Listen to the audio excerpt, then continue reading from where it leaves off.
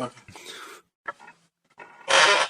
All right, so what's going on, everybody? Thank y'all for tuning in with the Full Court Entertainment Podcast show. As always, it's your boy GQ Tuesday, Sean Dale. We got Ace the Goat, but what is he the Goat of? We got Sneaky Sam, Shelly Shell, don't trust him. We got Shaky Trail, and we got Aaron as always. GQ Worthy. Is he really GQ Worthy? Because his takes be outrageous. So today we're going to just go ahead and hop in, and we're just talk about Victor Wembanyama. Who deserves him? Where should he land? So right now we got organizations such as the Spurs, we got the Pistons, and we got the Rockets. Where should he land? Go ahead and take us away, Sheldon, because I know you got something to say about such a topic with a hot generational player coming into the league. Go ahead. All right, so I actually at first I was like, it's the Pistons, because I feel like they got the better, like kind of like the core players in K, Ivy. They got James Wiseman now. And one more thing, I remember everybody was saying James Wiseman was garbage. He was a buzz. And look what he's doing with the Pistons. Killing. But that's neither here nor there. When's the last time they won? What? When's the last time they won a game?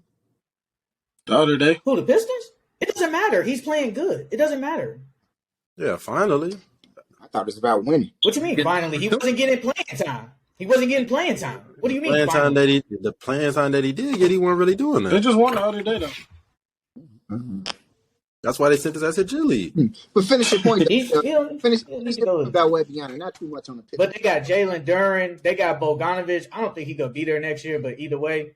But really, the best team he should go to is probably the Spurs. We all, we talk about the Spurs culture, Greg Popovich, and I do think they got some core players. And Trey Jones, I think he's a good point guard.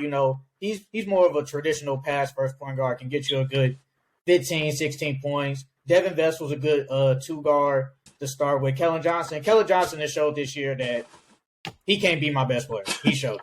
I thought he could be, but he showed that he can't be my best player. And they got Jeremy Sochan.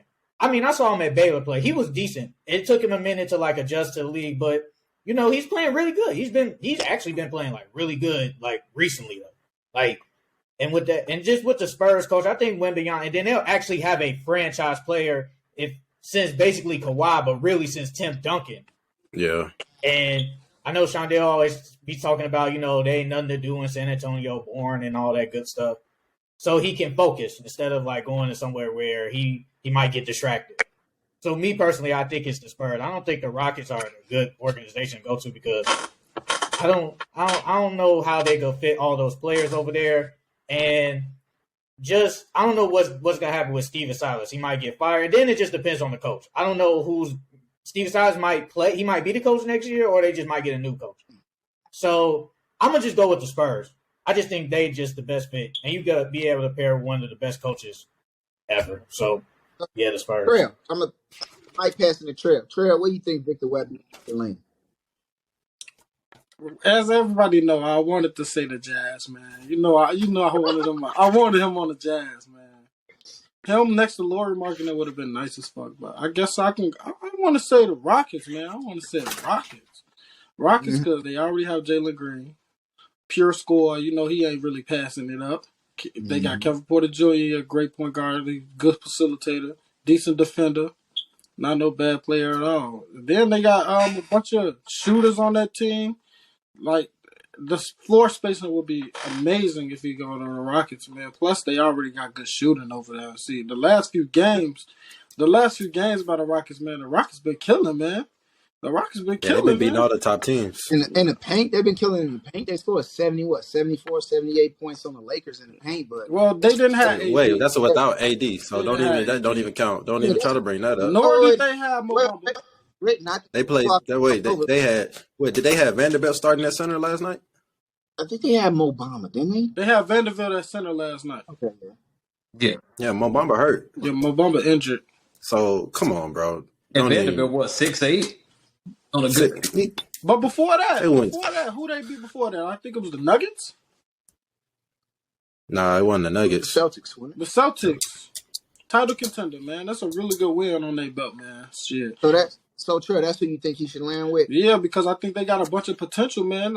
You get Jalen Green more years in this league, man, he's gonna get way better. He's gonna be way better. And on that note, taking more shots too. Yeah. Go ahead, Ace. It's your turn. Where should he land? Honestly, bro, I don't know. I don't know, bro. I feel that take. And see, because I don't know, bro. I don't know. Well, Aaron, help him out. Help where should he land, Aaron? Don't help me out, bro. I don't know, I bro. actually like him on the Pistons. I think the main reason is because he wouldn't have instant pressure to play the five like he would with the Spurs or the Rockets. Because if he goes to Detroit, James Wiseman can stay at the five because Victor can shoot threes. He can stretch the floor. If he goes to the Rockets, he's going to start at the five because Jabari Smith is there. If he goes to the Spurs, he's definitely going to start at the five because who was they starting center now since Porter was gone? Since Herter? Yeah, since Jokic. Zach Collins. Okay, Zach Collins. Yeah, I don't think if Victor goes there, I think they would bring Zach Collins off the bench and they would want to slide Victor at the five. So I think from a pressure standpoint, I like him with the Pistons. And he has a playmaking guard in Cade Cunningham who would be able to set him up and help him succeed. Either way, no matter where he goes, he's going to be the number one option. He's going to be the main attraction. Can I add on to that? Bro, this right here is what Dame was talking about, bro. This right here is right. Hold on, bro.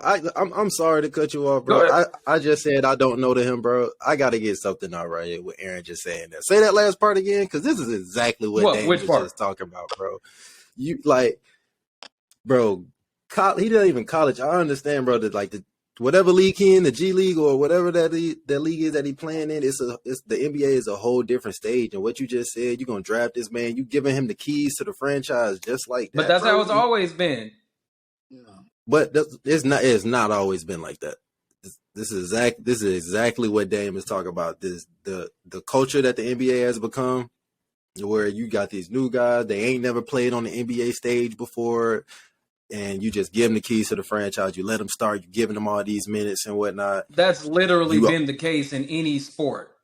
Yeah. A player of this magnitude and talent and height, that's always been the case. It's always going to be high expectations. That's true. Look at Lonzo, his first year with the Lakers. Go ahead. Tell us. Tell us more about why you think he would fit there. Finish your points out. Well, I mean, no, that's basically it. It's less pressure on him, especially on the defensive end.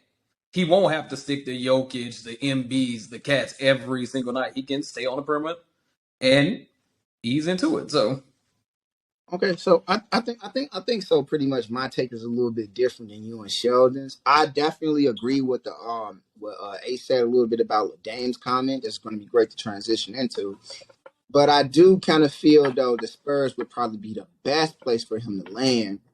Just because I think about the DeJounte Murray comments about how, what DeJounte pretty much said about how, we think the comments that he had on Instagram, that franchise has more problems going on than basketball related. And then you see a couple of months later, he gets to Atlanta, the Hawks, and he's like, what's really going on here? This organization isn't really focused like how they were and structured. And it's like, if you go to the Spurs, like Sheldon said, they have the structure that they build, they grow players. And just like DeMar DeRozan, you can see with him, his game was great and amazing before he got there. But that little time he spent with the Spurs, it made him a better player. It really did. He's better now. If he probably would have spent maybe if his younger 20s, DeMar would have won an MVP. He was in an MVP running that year after he left the Spurs. And it's like the Pistons, yeah, they got a lot of good players, a lot of great players. But Cade, the other guy they got, Jaden Ivey, all those guys still need to develop and get better, do more. I don't want to just keep seeing players have to depend on one another to get better. I would like to see coaches push players to the next level. And the other team that we mentioned, whoever they are, I can't even remember them. They're non-factor. Okay, but my question is, with the Spurs, how much longer is Pop going to coach though? I think Pop's going to do it until he kicks the bucket. Pop just said he's going to retire this year. I think he do. I don't believe it. I mean, but even if Pop retired, you don't think he's still gonna have his hands in that Spurs? But it's not the same as being there day to day though, as the head coach. And I would like to challenge that point to say this. Okay. The way you say with Pop being removed as a coach, and it just it's not that the organization isn't built off one person. Just how you seen with the Celtics when Brad Stevenson stepped down, and you seen Ime step up as a coach, the franchise stayed And when you seen Ime step down as a coach, and you seen who we have now as the coach, Issei Missoula. How you say his name? But Missoula. yeah, but it's You just talking about like that. Missoula? Like these great organizations are not just one pillars. They're built off many other people around it. So it's like I would like to see Victor there. Like just how we see Jakob Porter, he goes to Toronto. Honestly, he's playing much better. And I want to see the man with somewhere he's gonna actually thrive and not, oh, you got K gonna do this, he gonna set you up in the post. And I'm tired of seeing it. I would like to see these players develop and get better.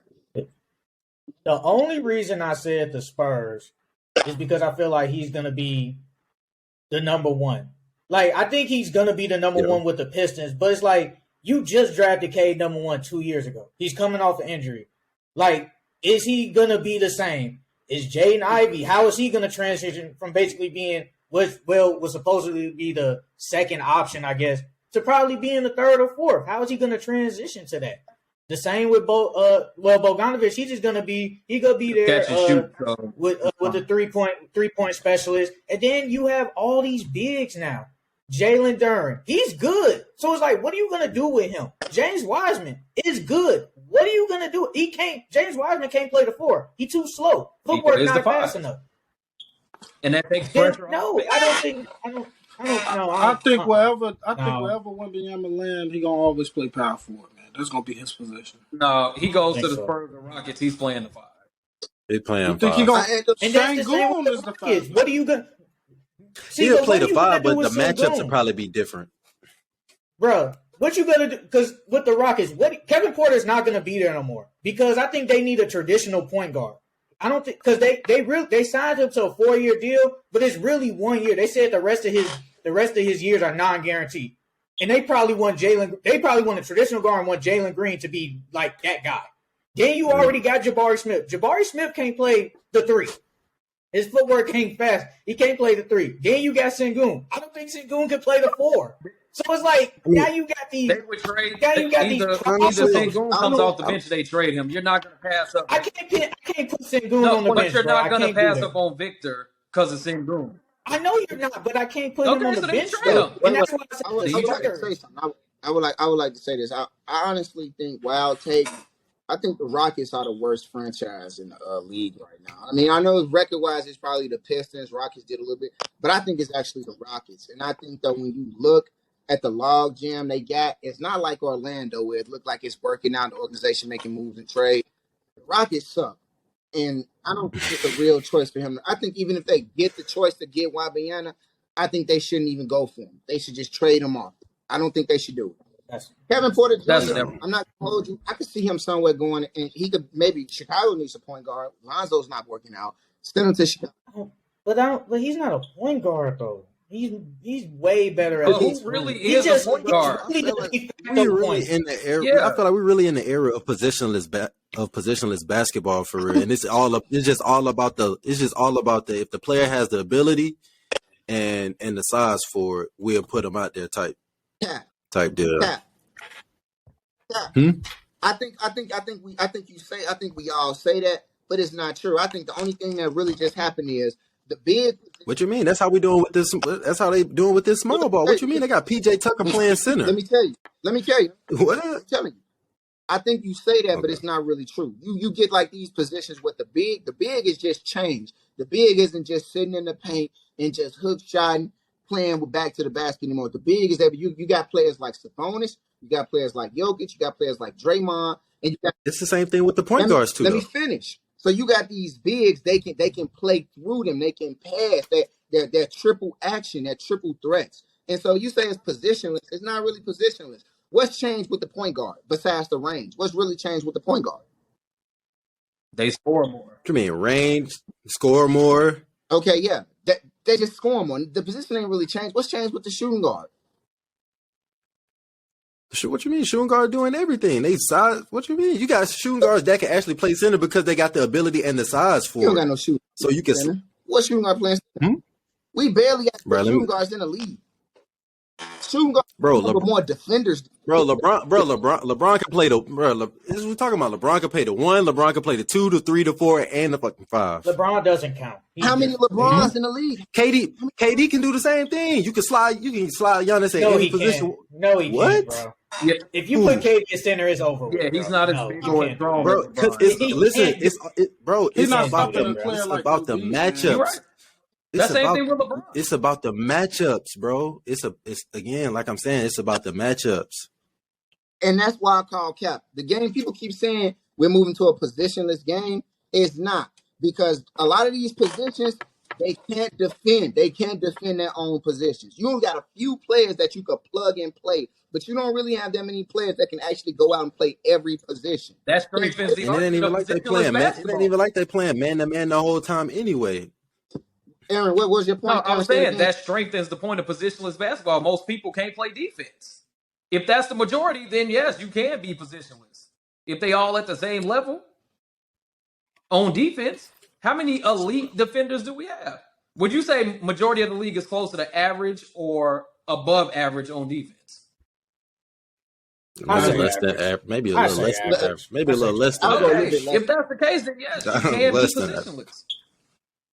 Okay, so now when you say that, this is my point. When you say I want Wembanyama to go to one of these teams where he could play the four and he can escape from playing against such and such players. Steel sharpens steel, I thought. Why you trying to get that young boy to duck some smoke to make him better? When Kawhi played for them Spurs, he didn't get the duck playing that defense on Bron. And now look at Kawhi. Look at him. I'm just saying, look at Paul I George. mean, Look at when you got to play your position for real, and you have to develop and learn to play against the best. You ain't Wembanyama ain't gonna be good if you draft him because you trying to make him but something. I mean, but didn't you you ain't just say you gonna put this 7'3" slender man on another 7'2" did, stocky built didn't center you so he could just get say bullied the you whole don't like time? these players coming in with all this pressure? No. He said that. I ain't say that. They said that. You said that. No, I didn't. They No, said you that. said that. Okay, we'll rewind it back and see. Yeah, we run it back. We run it back like the Allstate commercial. We got instant replay. Okay.